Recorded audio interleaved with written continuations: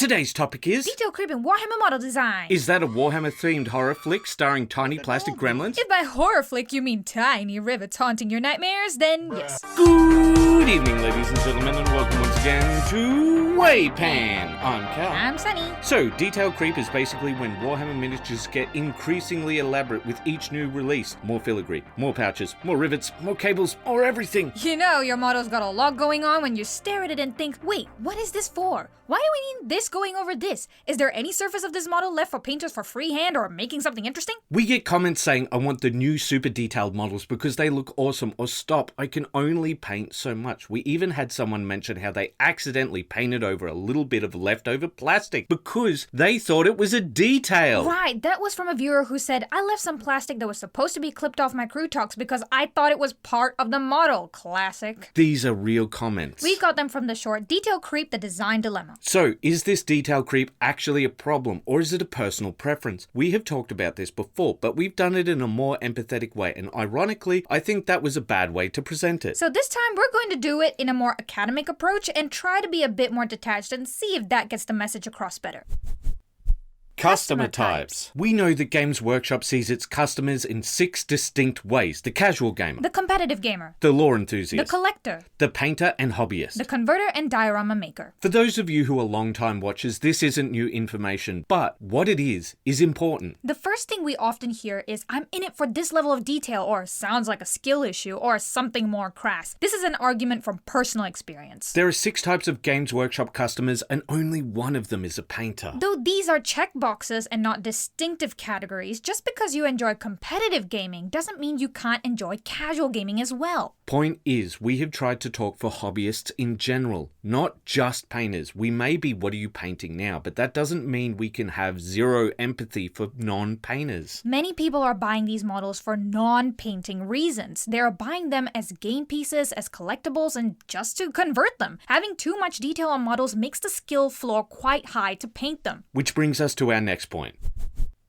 Skill floors. And ceilings. So first, what is a skill floor? The skill floor is the minimum level of skill or effort required to make your model look decent on the tabletop. Whereas a skill ceiling is the upper limit of how far an experienced painter can push their miniatures towards display-worthy perfection. It is at this time that people may be thinking we are advocating for smooth as sea glass models, and we're the reason why the Blood Angel update looks like it does. Giving us a lot of credit there, kiddo. Academic count. Right, sorry. See, having much more basic models isn't the answer for the people who aren't great at painting. Models with lots of textures such as furs, chainmail, scales, or things of this nature are actually great for the less skilled painters. Because with these models, it actually makes it easier for paints such as washes, inks, and contrast paint to do their work for them. However, as the level of detail increases, the more difficult to paint it becomes. So on both ends of the spectrum, the skill floor for the painters is higher. But you may have noticed something on this chart. That skill ceiling hasn't raised as much as you might have thought it would have. But why? Well, the more you sculpt in a particular style, the more you force people to paint in a particular way. So, in the academic tradition, we will appeal to authority and say, don't take our word for it. Here is our source, Trevelyan. He goes on to say he wants to sand this off because that's not how clothes look. The issue, which I think many of the detail creep enthusiasts may ignore, is that the more you push for it, the less room you have for creativity because you are a slave to the details. The downside for advanced painters are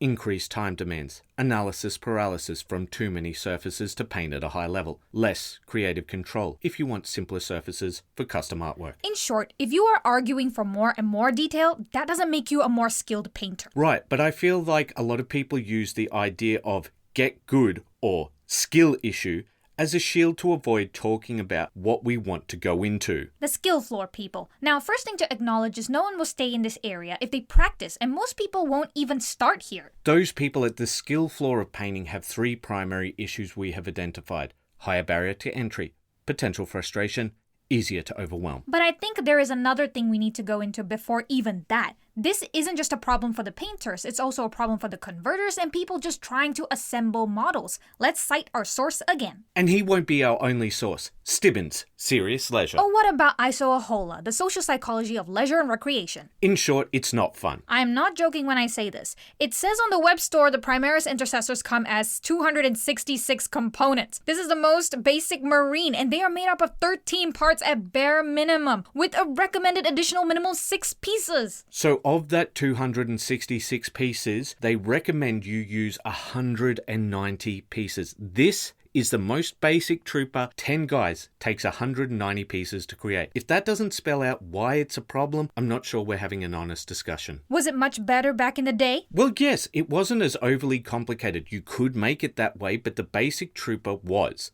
legs, 2-part chest, 2 arms, shoulders, a head. Admittedly, that's still 8 pieces, but that's a far cry from the 13-piece minimum and the 19-piece recommended amount. And was it easier to assemble? Oh yeah, you could do it without instructions. Oh, but speaking of that, I did forget the backpack. And I think that leads us to our next point. Overdesign. Overdesign and detail creep go hand in hand, but first we should explain what overdesign is. Overdesign is when a product is built with unnecessary complexity, too many parts or features that complicate assembly, while detail creep is the gradual increase in fine details in successive designs. Both add complexity, but overdesign is a design choice, whereas detail creep evolves over time, but you should be able to see how one feeds the other. There are a few reasons people have suggested. Some have suggested that it is because of the 3D printing market, or simply the third-party market in general. If we make these things more complex, people won't be able to make parts for our models. While others have suggested a less sinister purpose, that it is just computer modeling and this is the most cost-effective way of making things, which in turn, as a side effect, is anti-human. Where others have suggested more sinister means, such as this is a way of reinforcing the sunk cost fallacy, the tendency to continue investing in a project because of the resources already spent, rather than assessing the future costs and benefits objectively. Furthering this idea might be something known as the IKEA effect. This effect describes the tendency for people to place a disproportionately high value on products they have partially assembled themselves. Hobbyists might feel increased attachment to their models simply because they've invested a significant amount of effort in assembling them. While this effort may enhance the end product's value in the eyes of the builder, it might also overwhelm them, reducing the overall enjoyment of the process if it becomes too labor intensive. Alright, maybe these academic resources aren't doing much for you. So let's compare like to like. The 2013 Space Marine Tactical Squad and the 2022 Legion Tactical Squad. The 2013 Tactical Squad leaned toward maximum modularity. You could pose them in a myriad of ways. That meant more freedom. The 2022 Legion kit is more streamlined. Arms and weapons often come in matched pairs. While this does have better labeling, it needs it because without it, you're not going to be able to assemble them. This lacks that simplistic human design. Human-centered or humane design typically aims to reduce friction for the user. That is what 2013 Tactical Sprue is, whereas 2022 Sprue, while less troublesome than others, it is likely to drive a person mad without instructions. Let's be honest, when you look at just these two things, you are not getting a higher quality product. While there might be less mold lines, you actually have less possibility and less variety, which is madness for a more advanced product. We hope we have shown that this is not an accident, and you should be expecting better and asking for more from people who produce your products. The cope. You may have noticed an underlying frustration throughout this video, and that's because of, quite frankly, juvenile comments like, too sunny, too much beer, too much fun, too many details, lol. Yeah, you're kind of missing the second O there. And no, it's more like when you go to a crowded club and they open the drink for you and now you have to keep your thumb over the bottle. I don't spend as much time with the comments as Cal does, but I've read some of them and they can be quite... frustrating? Maddening? Yes, that is one way to put it. We've been academic up to this point, Cal, so I think we should stop here. Actually, I agree. We're going to stop because we don't want to sully what we've already done. But this is a chance for us to talk about our process and humane design. We follow humane design by starting with an introduction leading to the conflict and then the resolution, and we'll have a wrap-up in the end. In fact, most movies will follow this system. But YouTube doesn't. YouTube wants you to end the video abruptly and just stop right there, and then you're more likely to watch the next video. But that's not actually the case. You're just stun locked, and then the next video plays on auto. The idea is that the robots think that if you watch all the way to the very end, we've done a good job. But that's not humane design. And just like how we might be driven by the algorithm, GW might also be driven by external market forces, which is why they also have inhumane design in their models. But we're never going to drive you to do anything. For example, watch the funny bit at the end of the video. We are going to drive you to do is keep those brushes wet. Bye-bye.